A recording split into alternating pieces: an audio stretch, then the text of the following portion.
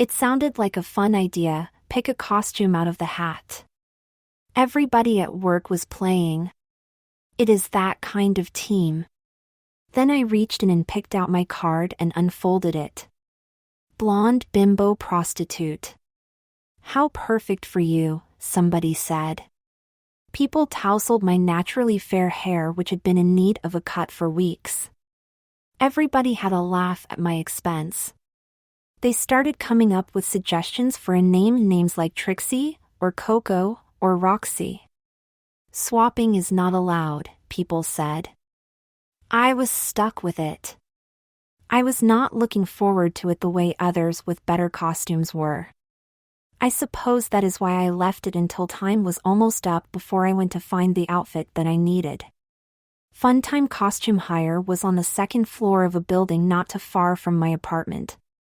It was late Thursday when I go there. I had just been avoiding getting the costume, but with only 2 days before the party I needed to act quickly. You must be from the Halstead call center, the girl behind the counter said.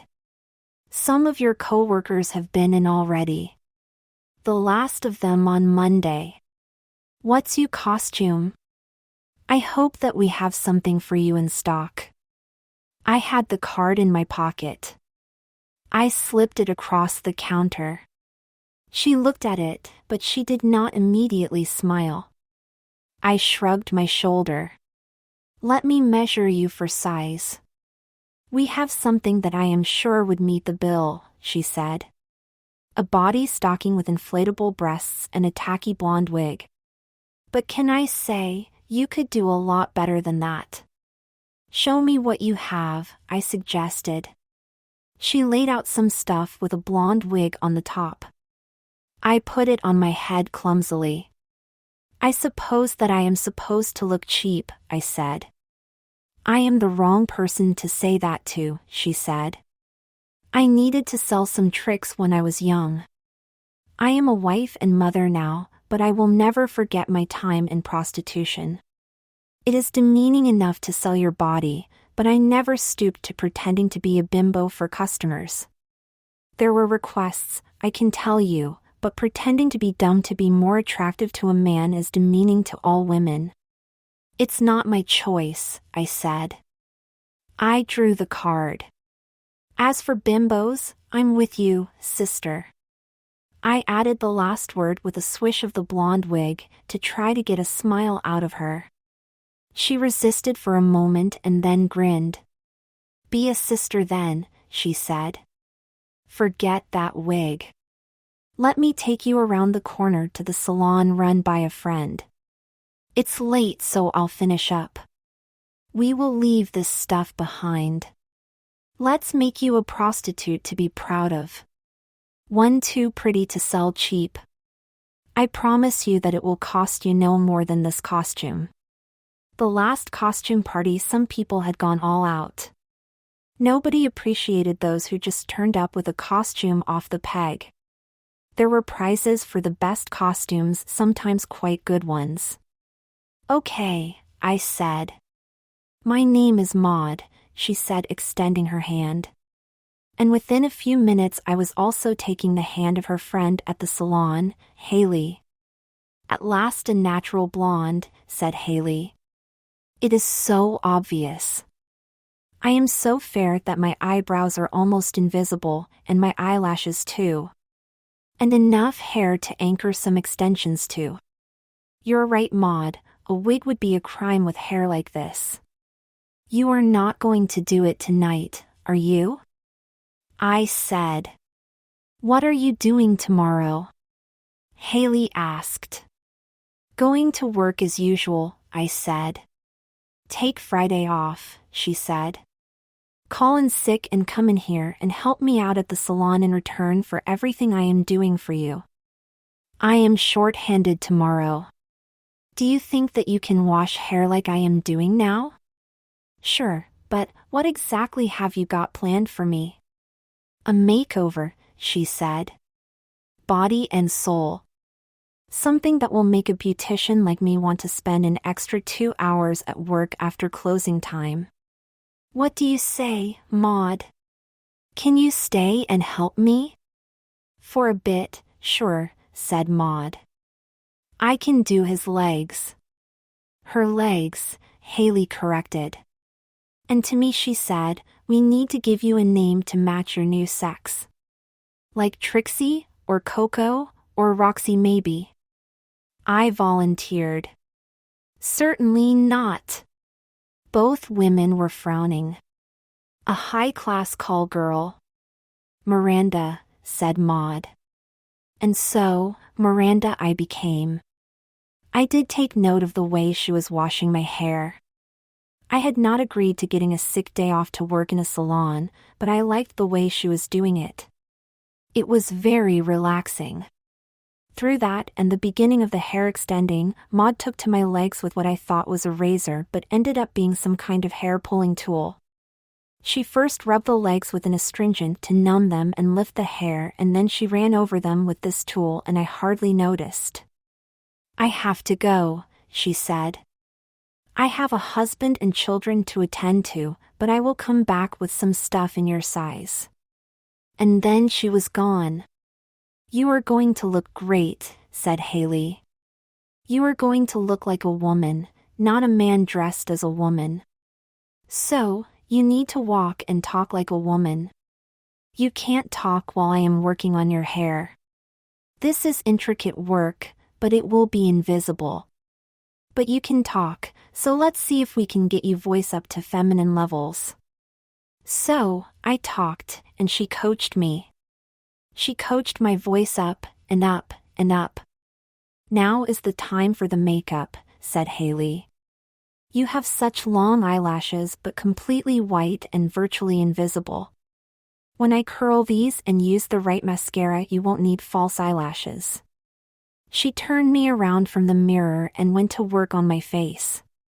I must have been there for hours because just before she was finished, Maud reappeared. Oh my God, she said. Miranda. Miranda, you look fantastic. I could not wait to see, but Haley had a few finishing touches to make before she spun the chain back around to face the mirror. And I could not believe what I saw. My first thought was that this was some kind of well-engineered trick. They had found a woman to sit behind glass where the mirror was a feign a look or total surprise. But no. This was a mirror. This was me looking back. The hair hung simply over my t-shirt without any indication that it was not my hair. But the face was so feminine that I could not believe that there was a man in the room. The face had been covered with color, the eyes and eyebrows had been painted, and the lips just coated with a little pink lipstick. That was all. This is how you will look tomorrow too, said Haley. And the day after that, the day of the party, we will add a little extra. But will you be working at the call center tomorrow, and explaining your appearance, or will you be calling in sick and working here with me? Here, I said. Here with you. The words that came out of my gaping mouth were in the feminine voice that we had been working on, now suddenly automatic given what I was looking at. Maud's hands went to her face. She said, and listen to that. Miranda has arrived. She reached into her bag and pulled out some clothes. And I have something suitable for you to step outside in, and something to wear to bed, and to work in tomorrow here at the salon. And I walked home in a dress and heels, put on my nightie and went to bed. I had to wear the same dress to the salon in the morning, and it felt wrong. Somehow, I had an idea in my head that with the clouds around, I should be wearing something a little different. Where that idea came from was a mystery to me. Equally as strange was how comfortable I spent working at the salon. The day before had been the first time that I ever set foot in one, but now wearing a dress and washing hair and chatting with all the female customers, I felt completely at home. I started out washing hair, but as I was told, nobody can continue doing that all day. It plays hell with your hands. I was moving on to hot waxing. That seems simple, but it was explained to me that there was a technique, and who better to demonstrate on but me. There is nothing that can give a person better understanding of the pain of others than to suffer it yourself. And that means both legs. It's Friday night and we always go for drinks after work, Haley said. We'll ask Maud to join us and bring you something to wear. Something more suitable for an evening on the town. Something that will show off those gorgeous smooth legs of yours. We'll put some soft curls in your hair. I am not sure if I am ready for this, I said. Nonsense. Here's a chance for you to test your skills and speak with your new voice, while being fully supported by your coworkers.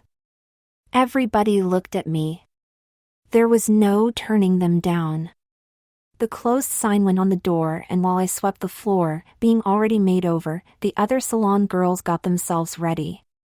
Maud appeared with a tight-fitting knit dress, black tights and heel. The idea seemed outrageous, but the look was fantastic. I looked in the mirror and saw the kind of girl I wish I could meet on a Friday night. We went to a local bar and set about having guys buy us drinks. Apparently this was a weekly thing, and I just went along with it. The price is that you have to talk with guys, or rather listen while they talk to you about themselves. But I worked in a call center, so I am a good listener. Then when the time comes, the girls, including me, and regroup to move on. I really should have quit earlier, but the others were keen to keep going. And in the last bar I met Carson Bailey. I suppose that I knew that he was different because he wanted to know about me. I had nothing to tell him, for the simple reason that I did not exist. I could have lied and invented something, but somehow for this man, that did not seem like the right thing to do. You look fabulous, he said. I don't always look like this, I said, in the girly voice I had been practicing all day, to the amusement and approval of my salon colleagues. The truth is that I am just dressing up. I am going to a costume party tomorrow night. I love costume parties, said Carson. It's a work thing, otherwise I would invite you, I said. I knew that it was a stupid thing to say, but somehow this guy seemed to make me stupid. You mean that none of the people you work with are bringing partners? Okay, I said. I suppose others will be bringing a partner, but you don't have a costume. Well, actually I do, he said. So, you had better tell me where it is happening. Somehow he had invited himself, or I let it happen. I woke up Saturday morning, a little hungover and dressed in my nightie, with makeup smeared on my face and pillow and my blonde curls crushed. I decided to go back to the salon which opened for Saturday trade. I needed to be there for my costume, but I could help out until the time for that came around. The girls teased me about the man that I was with. Haley said, "You were holding his hand." Was I? Was I that drunk? I didn't think I was. Sit down. It's time for you makeover, said Haley. We need curlers for volume and then we are going to put your hair up. The look we are agreed upon is not a street prostitute, that would be demeaning. We will be looking at a high-class escort. When I was ready for the party, but before I had a chance to put on my classic pink gown, I got a call on my cell. Hey Melinda, it's Carson here. I looked around the salon. I would have to talk to him in my girl voice and they would hear me. I went outside the salon to talk. How do you have my number? I asked him. Your friend Maud gave it to me, he said. She works at the costume shop I have just visited to pick up my Prince Charming outfit. He was planning on being my date to the party. The idea was crazy, but the truth is that I had never had a date to any work thing before. I am sure that everybody thought that I was a freak, or maybe even gay. Well, if I turned up with Carson then I would be. But did that matter? Carson, I am not sure that you really want to go out with me, I said. I am not who you think I am. I want to meet the real you, he said. I did not know what to say. If I look a little blank, it is because I was. It was because in that moment and for the rest of the day, I am not sure if I knew what the real me was. I could feel like myself, the same person I had always been, so long as I did not look in the mirror, or as long as I was not with Carson, looking at me as if I was the girl in the mirror. Because as long as he looked at me like that, I was that girl. I watched her in the mirror as Maud helped me to put the dress on. It had a jewel clasp on the shoulder and earrings to match. It was off the shoulder, but in front it had a rigid bodice so that the flesh on my chest could be pushed up to create a realistic cleavage, highlighted with makeup and concealing gel inserts that moved like the real thing. I don't look anything like a prostitute, I whispered to Maud in my girly voice. You look like a princess, she said. And I have dressed your Prince Charming too, in mock Victorian military uniform with a sash and star. You will look wonderful together. I am supposed to be dressed as a whore. How much of that will depend on what you do after the party, said Maud. What are you talking about? I exclaimed. I am stepping into a nightmare. What will he do to me when he finds out? Your limousine is here, Haley called out. She came over to check that my hairdo was in place. She gave me a small bag and said, there's lippy and mascara in here so you can refresh as I showed you. And just as they pushed me out the door, Maud whispered, don't worry. He knows. Was I relieved or disappointed? It hardly seemed to matter as Carson never once led me to believe that he knew as he opened the door to the limo and held my hand as we were driven to the party. He stood back to let me walk up the steps of the venue, to admire the way my dress hugged my round butt, the smoothness of my pale back, and the perfect hairdo. He never even let on when my work colleagues approached me, initially as if I were a stranger, followed by confusion, then amazement. Only a high-class prostitute would arrive with a prince on his arm, I explained. Carson never treated me as anything less than the lady he could see, or feel on his arm or in his embrace on the dance floor. He really was the Prince Charming of every girl's dreams, including mine.